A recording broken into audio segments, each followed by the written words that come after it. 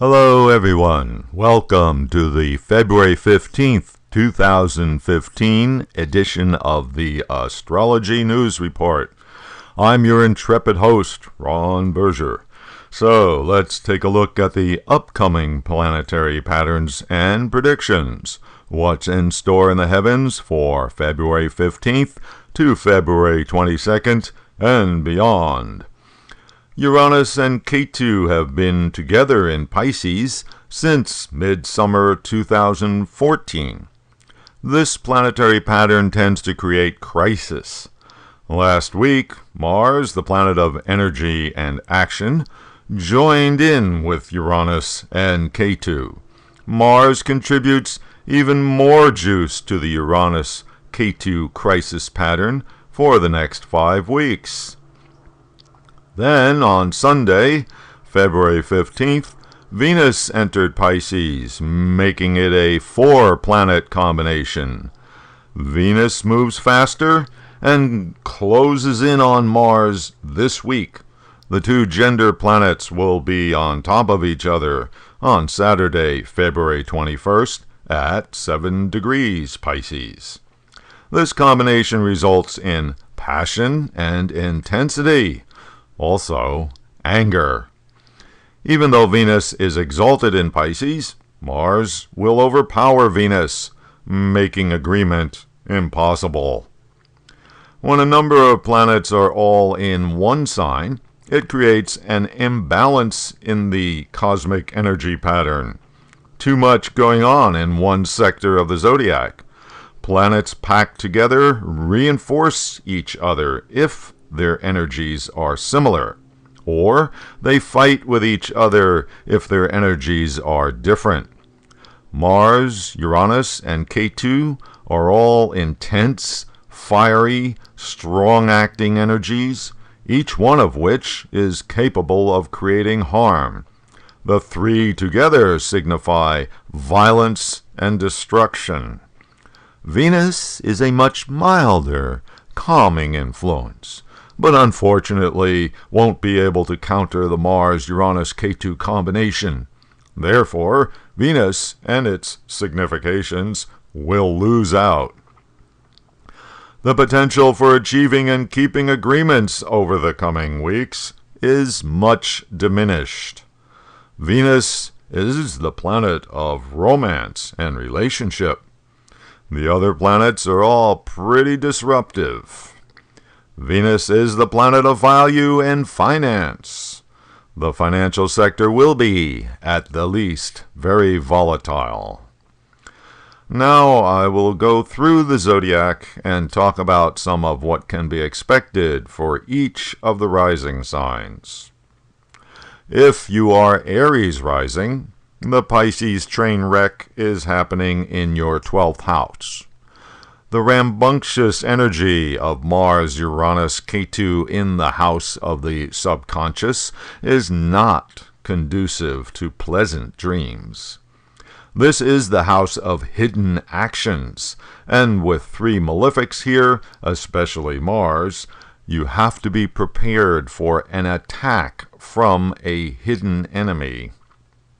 Basically, you will be feeling panic, anxiety, and at times, explosively combative. Time to get that Zoloft prescription refilled, perhaps. For Taurus rising people, the Pisces conjunction is affecting your 11th house, where it will impact your relationship with friends and associates. Careful of the tendency to be too overbearing or disruptive towards those people in your social circle. Likewise, your goals and ambitions could get, well, a little out of control.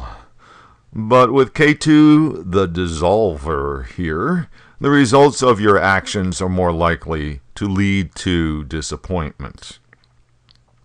For Gemini people, this weird, upsetting energy pattern will be playing out in your house of career, business, relationship with authorities, and standing in the community. Be especially careful of any rash, impulsive, sudden actions in your professional activities or in your community involvement, which could jeopardize your status or position. Interactions with your boss or government agents will likely lead to unexpected results. If you are Cancer rising, the mess in Pisces happens in your 9th house, where it will affect your relationship with your father, your guru or teacher, and your belief system. The malefic combination of Mars and Uranus in your 9th house of long-distance journeys is not favorable for doing any traveling at this time. Your ethical and moral preaching could get out of hand and bring on only enmity from others. For Leo rising people, the explosive combination of Mars, Uranus, Ketu affects your 8th house of big changes and transformations. This is rather portentous, with a potential to bring on a crisis of one sort or another. The 8th house is the house of financial arrangements with others, and the partner's wealth, which is susceptible to a sudden change. The 8th house is your physical vitality and longevity. Mars with Uranus and Ketu could produce a health crisis, especially if there are any natal planets located in this sector of your chart. Any clandestine activities on your part at this time will likely backfire, even leading to humiliation. If you are Virgo rising, it's your 7th house that gets hit by the Pisces combination. This planetary pattern threatens the stability of all of your one-on-one relationships. If you are married, it will be a stressful time for your spouse and for your partnership. Business partners and clients are also covered by the 7th house and will also go through a rough patch over the coming weeks. Obviously, this is not a good time to start a new relationship, and if you do, it will likely be short-lived. Libra rising people will have the Mars, Venus, Ketu, Uranus pattern affecting their 6th house. The fast-moving energy of these fiery planets in your house of health and disease can produce a sudden infection, inflammation, even an accident. This sector of the chart is concerned with your job. Be alert for a fast-moving situation, even a crisis, arising in your place of employment and or in your relationship with co-workers or employees. Scorpio rising people get the 4-planet conjunction in their 5th house, the house of love and romance, children, creativity, entertainment, teachers and teachings, and spiritual practice. This combination, especially with the 2 gender planets, Mars and Venus, would easily manifest as a sudden infatuation, or there could be sudden inspiration and energy for a creative project. If you have children, there would likely be a surprising development in their lives or in your relationship with them. If you are Sagittarius rising, the train wreck of planets in Pisces will affect your 4th house. Since this part of the chart signifies life in the home, a bunch of malefic planets here is definitely not welcome. There will, at the least, be strong energy for argument with other members of the household. There could even be destruction or an accident concerning the physical structure itself. Your relationship with your mother, or whatever is going on in her life, will be anything but smooth. Capricorn rising people have the Pisces mess affecting the 3rd house of their chart. Mars plus Uranus signifies something unusual, maybe violent, occurring in your normal everyday operations. The third house signifies short trips, so watch out for potential transportation accidents.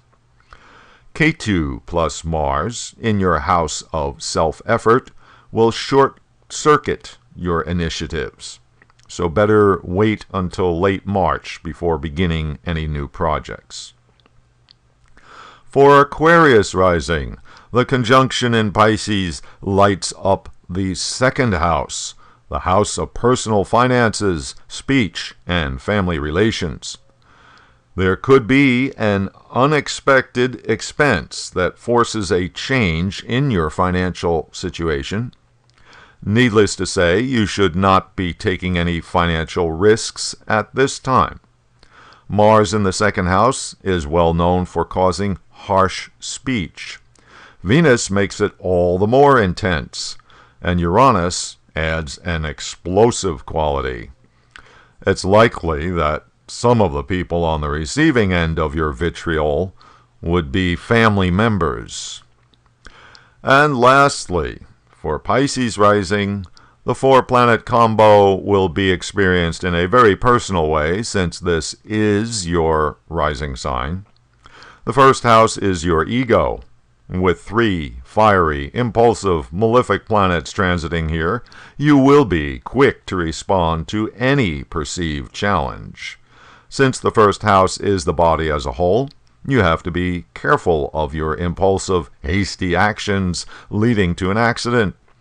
All these planets will be opposite to and aspecting your 7th house of partnership, indicating a strong likelihood for difficulties with the spouse and or business partner or clients.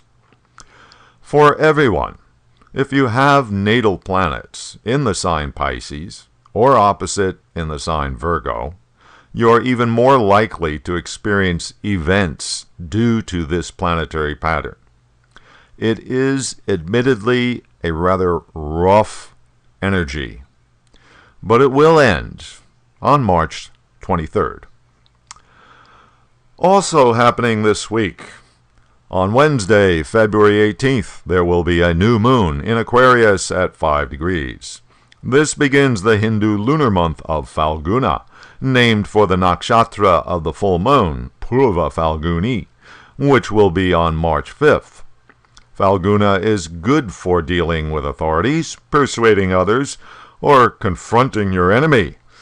Maybe you can put that Mars-Uranus-Ketu energy to some good use.